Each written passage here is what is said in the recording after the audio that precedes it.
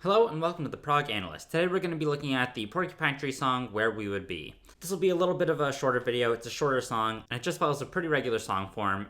Verse, chorus, guitar solo, chorus. But I think there's some really cool things about the way that the harmony is constructed and the melody over the top of it that I'd like to talk about. First of all, these chords are not chords that I transcribed myself. I learned them years ago, I think on Ultimate Guitar Tab or something. So I transcribed them the way that I play them. And I'm going to show how these seemingly complicated chords came to be the way that they are. So the song starts out with F sharp minor 7. I have my guitar here. And the way that this chord is constructed is we have an F sharp minor chord. We have C sharp, F sharp, and A. And then by letting the B string and the E string ring, the B gives us our 11, and then the E string gives us our 7. So it's really just letting those highest two strings ring, and that's what creates the 7-11 sort of sound over this F sharp minor. Then all I have to do when I get to this F major 7 is change the bottom chord. So this chord is just going to be F major, C, F, and A. And then again, I'm letting the highest two strings ring, so it's B and E. And the B gives us our sharp 11, and the E gives us our major 7. So this becomes F major 7, sharp 11. So going between the two of them.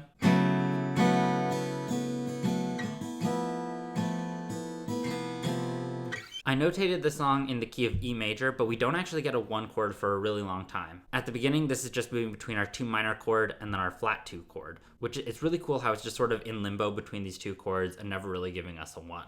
Looking at the melody over the top of it, it starts out by going to pretty quickly and settling on this tension 9, this G sharp against the F sharp minor 7. So immediately the pitch of our melody is tense against the chord underneath it.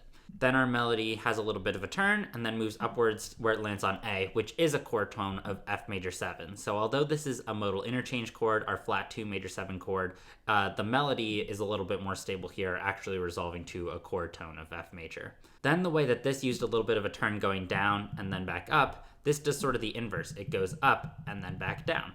It uses notes of F Lydian, which would be the chord scale for F major 7. And after this brief F Lydian passage, it takes us back to the G sharp, which is again that tension 9 against the F sharp minor that we also had up here.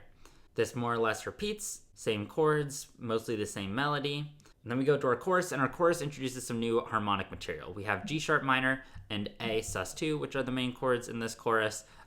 Just our G sharp minor chord being 3, and then our A sus2 being 4 chords, both diatonic to E major. Looking at the difference between the chorus melody and the verse melody, our verse melody started on the downbeat of 2, whereas our chorus melody is delayed a little bit further, starting on the downbeat of 4, just creating some sectional contrast. And it also goes a little bit higher than the verse did, going up to an E, whereas this only went up to a D. It's using harmony, it's using phrase placement, and it's using range to create some sectional contrast between the verse and the chorus. Then for the very last measure of the chorus, it goes to C major 7, which is our flat 6 major 7 chord, a modal interchange chord that destabilizes what otherwise would be a very major section. To me, in this song, the flat 6 major 7 chord kind of has a little bit of a dreamy sound at the end of this chorus. Looking at the lyrics of the chorus, they're dreaming of the place that they would be in the future, even though it didn't end up working out that way. And the flat 6 chord, I think, is a really melancholy sound that sort of disrupts the dreaminess of this diatonic section. I think it's also worth noting that there's no 1 chord at all in this first verse, first chorus, or even the second verse, and we don't really get a 1 chord until the end of the second chorus. Now, all of this essentially happens again. We have another verse, and then another chorus, and then the chorus the second time is a little bit extended. We have this new strange how you never become phrase over the C major 7 chord, and then that moves to B, which is our 5 chord. Again, that add 4 is coming from the fact that if we just leave the top string ringing, so this is essentially a B chord, B, F sharp, B, D sharp, and then if I let the E string ring, that gives us that add 4 there. And then again, A is our 4 chord. This is actually the ending of the song. The first time that we hear it, this A chord goes directly to an E chord at the beginning of the chorus. I'll play the audio right here.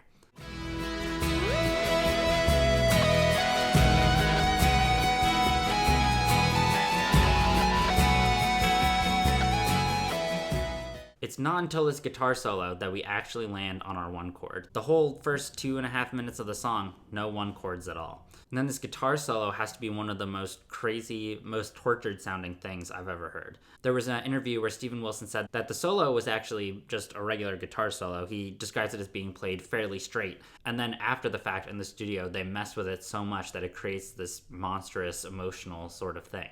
That guitar solo takes us into one last chorus, and then this is the ending here. The melody ends on a C sharp, which then goes to that F sharp minor 11 chord that started the song. And then finally it ends with an E major 7 chord to conclude the song, our 1 major 7 chord. That's my breakdown of Where We Would Be by Porcupine Tree. Thank you for watching. Please like it and share with anyone else who might be interested. If you want to see more of these videos, please subscribe as well. Let me know in the comments if there's anything else about the song you enjoy or find interesting I might not have mentioned. Thanks again.